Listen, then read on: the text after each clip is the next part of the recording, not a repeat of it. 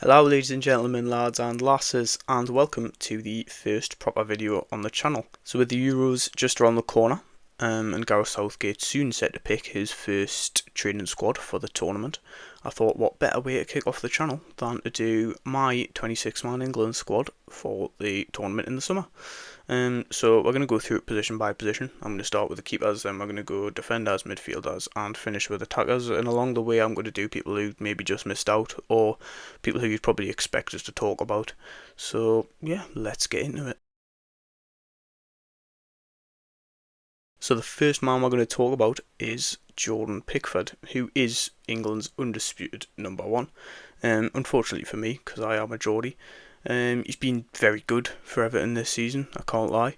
And to be honest, with the current crop of England goalkeepers we've got, it's not a surprise that he's number one, because we've got a pretty poor set. So the head ruled the heart. There's not a lot else to talk about really, because Pickford just is our best goalkeeper. So my second keeper, possibly third string in all fairness, but the person I'm going to talk about next at least is Nick Pope. Now you might think I'm looking through Geordie tinted glasses here, putting Nick Pope in, seeing as he's barely played. But when he was playing for Newcastle earlier in the season, he had by far and away the best stats. He's in the top 5% for goals allowed compared to XG, and he's had a 73.6% save percentage. 73.6 save percentage this season when he has played. Newcastle have been poor without him. I don't think that could be purely put down to him, but it's definitely had to play a factor. He's just coming back from injury. I mean, we've got three keepers, so I think we can definitely afford to have one who's maybe not fully fit. He's good at saving penalties, so if we need him to, we could probably bring him on during a penalty shootout, although obviously Pickford's quite good at that as well. And really, if you don't agree, then argue with your mother, because it's my squad, and Nick Pope's in there whether you like it or not. Oh, scary! Oh, shiver my timbers! And then my third, possibly, well, to be fair, he's probably second choice, seeing as he's been playing a lot. We're going to go for Jack Butland. Who would have thought? Really? I mean, you know what? Earlier in the season, when he was like calling for being in the England squad in his interviews and that, and everyone was taking the mick out of him. Like, to be fair, I was as well. But fair play to the bloke, because he's done pretty. I know he's been playing for Rangers, and everybody will go, "Oh, but he's playing the Scottish League. The Scottish League's rubbish." And I agree, but like, I think about a year ago, everybody had forgot he'd existed, and I think the way he's played for Rangers probably deserves a call up, to be honest. And again, looking at the other keepers we've got, like, who else? We've got Dean Henderson, who's just come back into Palace side. Maybe he could get a shout, but then again, I don't think he's been consistent enough for a long period to warrant a place. And then we've got Ramsdale, who's struggled for minutes this season for Arsenal. He's become second choice, and has shown a very high lack of confidence when he has played for Arsenal. So, to be honest, I think Jack Butland might be the second best goalkeeper we've got for this tournament. So I'm going to give him the acknowledgement he deserves, and he's going on the plane for me. So moving on to the defenders, and moving on to the right backs more specifically, and the first man we're going to talk about is Kieran Trippier. He's got a shed load of experience at major tournaments. I mean, who can forget that free kick that he scored against Croatia? Let's just forget about the fact that we ended up losing that game. And I know what people say, he's been shaky. I mean, shaky's probably an understatement, to be fair, at times this season for Newcastle, and some of his mistakes have been catastrophic. But you know what, he's got 11 assists, and he's shown his creative qualities are still there, and that was quite a big blip he had, but around that he has shown that he's still quite good defensively, and I think he's probably got a go, to be fair. Then alongside him as a right back option, and probably the starting right back, to be honest, is Kyle Walker. He's another one with tons of international experience, and he's just about to win yet another Premier League with Man City, so he's got that winning mentality that we need going into the later stages of the tournament if we do get there, which hopefully we should anyway. Again, he's another one that I don't think there's a lot more that really needs to be said. I think it's pretty self-explanatory why he's here. Then moving on to centre-halves, and probably the only centre-half who's a shoe-in, because we've got a pretty poor crop of centre-halves again, is John Stones. He's pushed into midfield quite a lot this season for Man City. And I think that's mainly because he got bored at centre half, to be honest. I mean, who blames him though? Playing for centre half for City must be a canny boring job. But you know what? He's going to be there and he's going to play. He's going to play every minute. And who partners him is the problem. I do have Harry Maguire in here as well. He's been injured a tiny bit this season, but when he has played, he's looked decent compared to his normal standards. But I do think he's gone quite a long way to dispel the meme that he's become over the past couple of years. Harry Maguire! And he has obviously played and partnered John Stones quite a lot for England in previous tournaments and stuff like that. So I think purely for that experience, he has to go. And then again, we don't have any other real options. So Harry Maguire's in the squad. Next up, we've got Mark Gahey. For me, it was a toss-up between him and Colwill. But for me, Colwill's obviously played most of his games at left-back, which I think probably hinders him in this case, because I think we need centre-halves who've played there recently and kind of, know how to do that job properly. And Gahey's a very good ball-playing centre-half. He's been missing the past few games for Palace, which is probably, I think coincidentally, the upturn in form has come while he's been missing. I don't think that's anything to do with him personally. And he's used to playing alongside Anderson, who just sprays balls for days. Pause. So, yeah, Gahey's going in for me. Moving on to Ezri Konsa now. Ezri Konsa's played 33 Premier League games this season, albeit most of them at right back, but I'd think he's shown his qualities at centre half as well last year with Villa, and this season obviously Villa's accomplishments can't be underestimated, so I think it's only right that he gets the acknowledgement he deserves, and he's going in my England squad. Fortunately for him as well, he's not going to be playing against El Kaabi, so he's not going to be having any nightmares, and he's going to be able to sleep well in the team hotel. So obviously the squad has been increased in size from 23 to 26, so that means there's room for an extra centre-half. And my fifth centre-half is going to be Jarrad Branthwaite. I saw something the other day that said if the England starting 11 was based off player ratings, then Jarrad Branthwaite would be in the starting 11, which is understandable to be fair, because he has been good for Everton, and in a side that's had to do a lot of defensive work this year. He offers a massive threat from set pieces, obviously being 6'4", and I think if we need a more stable centre-half for certain games, ones that are maybe his ball playing and will do that defensive work more, then I think he's a good option. And he's in the top 20% of centre-backs across Europe for aerial duels, interceptions and blocks, which I think is just a testament to how good he's been, so I'm going to put Jarrad Branthwaite on the plane. And now we're moving on to left backs, and this is a part of the pitch which I think could be a massive problem for England during this tournament, considering my two best left backs are both made out of wet paper towels and are never fit. Those two are Shaw and Chilwell, who I do have going. Shaw has played a lot for England. He was in the last Euros, he was in the last World Cup. And he came up trumps with that crucial goal for England in the Euros against Italy. Again, we went on to lose that tournament, but he's got that experience. If he does get fully fit, then he is a very good left back, and he probably starts for England, to be honest. And then we've got Chilwell. For me, Chilwell nearly wasn't in the squad because I remember watching that Brazil game and he was just absolutely horrendous. I mean, the bloke could barely kick a ball in a straight line. It was absolutely ridiculous. He's been quite good for Chelsea when he has played, despite only playing like 14, 15 games or something like that. He does rank quite highly for most attacking stats, and I think that would be important for England as a team who need to get the ball forward to those more creative players like Bellingham and Foden and people like that. And on that note, we've also got Trippier, who can play left back if needs be. Obviously, he is more of a right back, but he's played left back quite a few times for England in the past few years, so that wouldn't be a problem either. I think someone else who deserves a mention here, and would probably be the next in line for a call if either Chilwell or Shaw is unable to go, is probably Alfie Doughty, to be honest. He's had a very decent season for Luton. Considering they've gone down, he's been a shining light in that side. I think in the years to come, he could be an integral part of the England squad, especially with the other two, again, being made of absolute glass.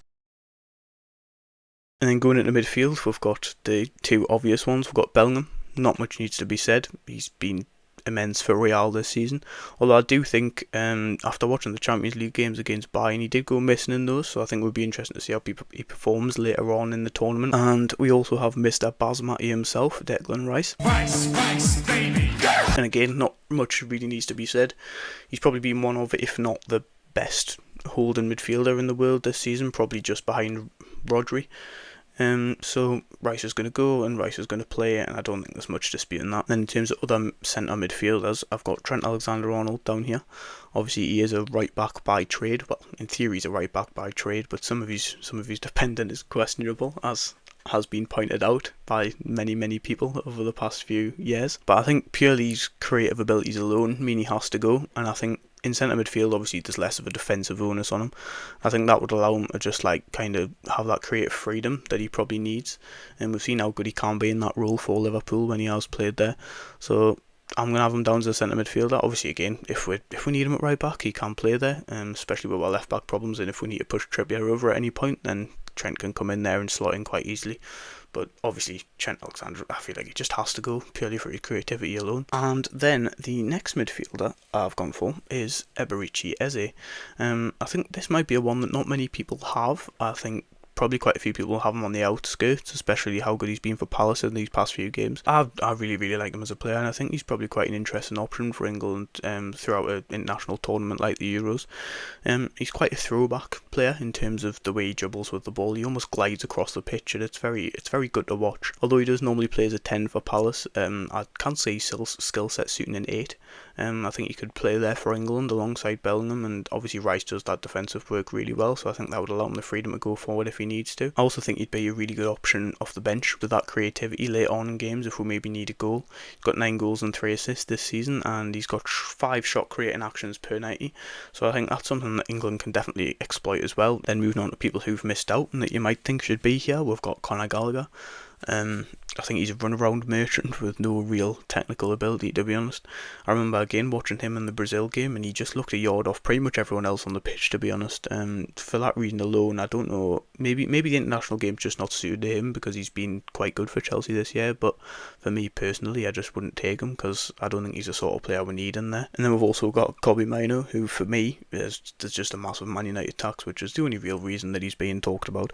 I think he's very lucky that we're only out-and-out holder is Declan Rice, and because that's really the only reason he's being mentioned in the conversation for me. I mean, the bloke's only played 22 career Premier League games. How can you take him to a tournament as big as the Euros? And I know people say oh, he could be a breath of fresh air and stuff like that, but if he's been playing pretty much every game for Man United, and you've seen how poor they've been in the past few weeks, so I don't doubt that he's going to be part of England's setup and he's going to be very good in the future. But for this tournament, I just think it's too early for him. Now we're going into the attacking midfield now. And the first man we're going to talk about in this attacking midfielder section is Phil Foden. The only real problem I've got with Phil Foden is that he's a 24-year-old with the first name Phil. I mean, what were his parents thinking naming him Phil? Who names that child in this day and age Phil? Moving back onto football and away from my hatred for the name Phil now. He's just really good, isn't he? I don't think there's much more to be said, to be honest. I mean, people were wondering why his minutes had been managed so much over the past few years by Pep and Man City, but I think that's clear to see with how good he's been this season.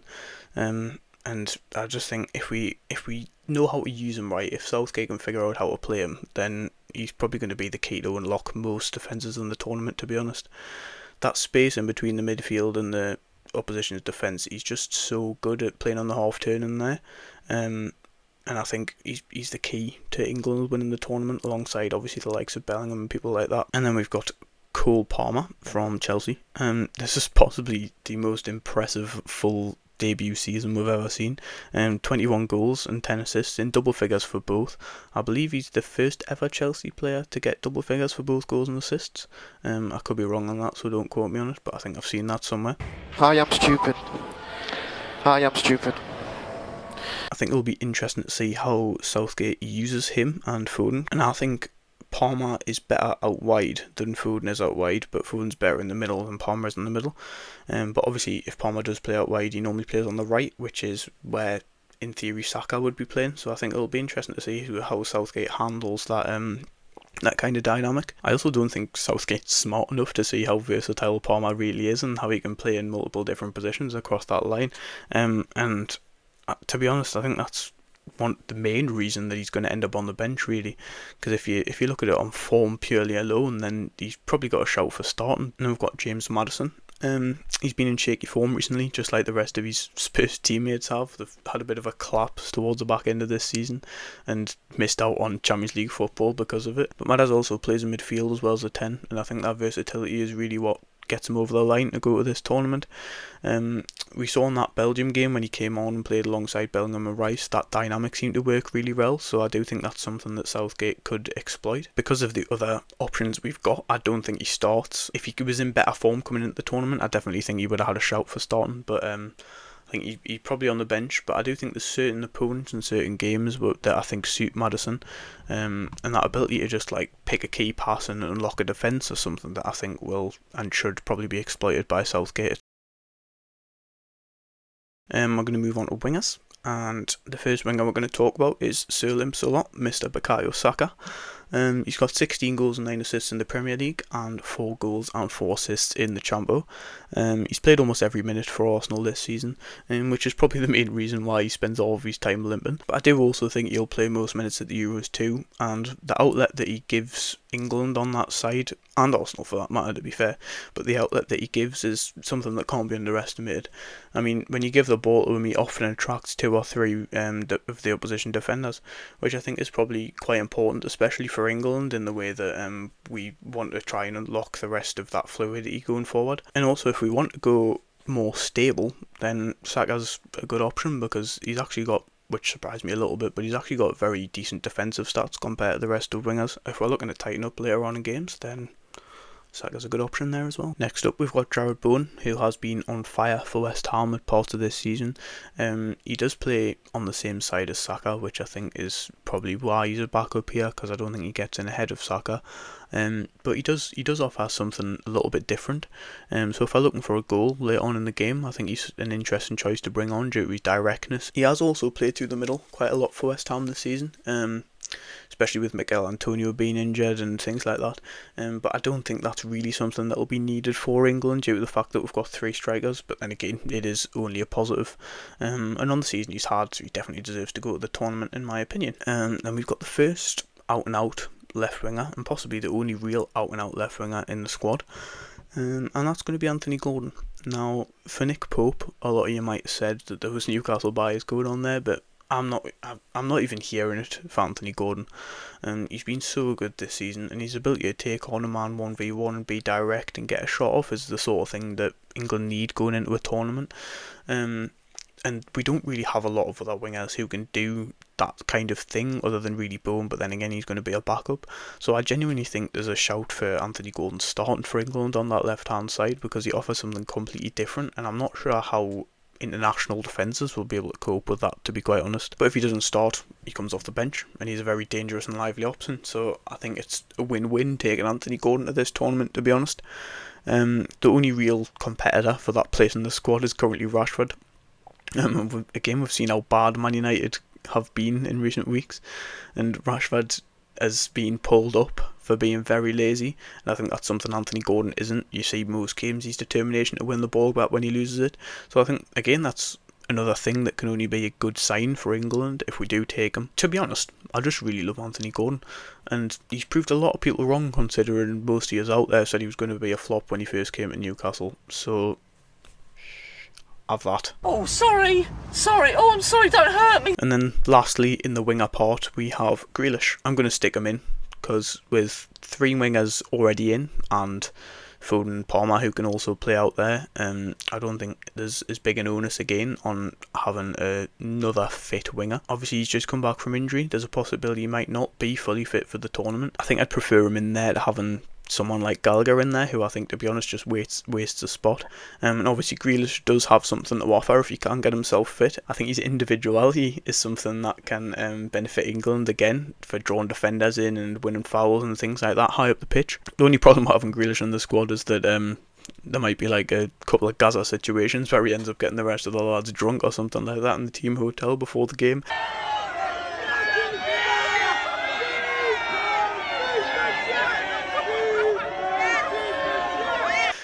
But hopefully we can keep him under control. But yeah, Grealish goes for me. Moving on to strikers now, and we have El Capitan Harry Kane, of course. He's so clinical in front of goal, and dropping off and spraying those balls in behind for the runners is something that I think can be really important in this tournament for England. Again, the only real problem I have with Harry Kane is that I think teams that he plays for do often rely on him too much. I mean, we've seen with Spurs, they've not got a lot better in league position, but there's definitely fluidity to that attack that there wasn't last season when he was there, despite him scoring all those goals. And also, I think with Bayern, obviously they've not won a trophy for the first time in how many years, and obviously Harry Kane scored like 44 goals or something this season, which is ridiculous. But I think it would be interesting to see how they did without him, because I do think he often brings a rigidity, is that a word? Rigidity to a team that I think often isn't really needed. I think that's possibly been a problem with England in the past as well. That's not really a knock on him. It's almost just because he's too good. That's the only real reason. And secondly, in the striker department, another obvious one, we've got Ollie Watkins.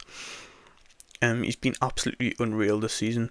Both goals and assists speak for themselves. He does offer something different to Kane in terms of playing on the shoulder of the last defender and drifting wide and drifting into channels, which I think could be something interesting that England could exploit, especially when maybe we're late on in a game and we need a goal. If we can pump it along, play it in behind, and Ollie Watkins will be there to run onto it. The only problem with Ollie Watkins is that he's liable to miss a big chance, and to be fair, that can be quite a big problem for countries in tournaments, especially in knockout rounds when you need to take every chance that you get. I think he's a very good second option at striker, and if Harry Kane does get injured, I think most England fans would probably feel quite confident with him up there as well, so that's not really a problem. So finally, and possibly the most potent question of all, to be honest, is whether to take Dominic Solanke or Ivan Toney.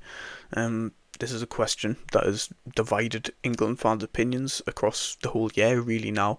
I don't think anybody's got the actual answer to it, to be honest. Now, don't get me wrong, Solanke's form needs to be acknowledged. 19 goals and 3 assists for that Bournemouth side is really, really impressive. I mean, that Bournemouth side has overachieved, and I think a lot of that's been down to the way that he's played, because I don't think anybody expected him to do as well as he has done. But for me, personally, I'm going to take Ivan Toney. Now, I'll explain why. I think this is our third choice striker for this tournament, and I think at that point you're not picking off form, you're picking off like making a well-rounded squad.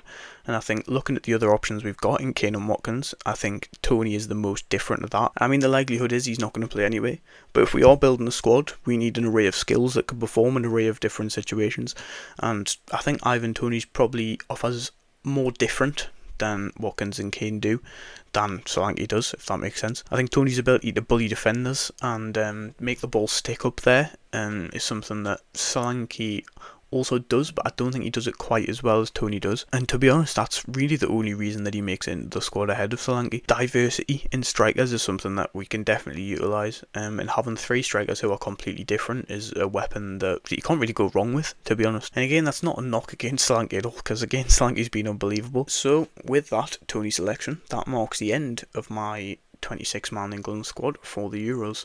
I will leave it somewhere on the screen now, all 26, so you can have a look back over it and see who I picked. And leave your opinions down in the comments. Did I miss anyone? Did I make any massive blunders? I probably did, because can't get everything right, can you? But yeah, I hope you enjoyed the video. I will be back soon with probably some more Euros content. I do plan to do a prediction for the whole tournament, all the groups and everything like that, so you might see that soon. I'm also going to delve into some other sports. I've got one for the Olympics coming up, so if you're a football fan you watch this, my apologies for that, but I will get back to the football soon. I just want to be diverse, you know, I want to attract lots of different people. But yeah, thank you for watching, and I'll see you in the next one.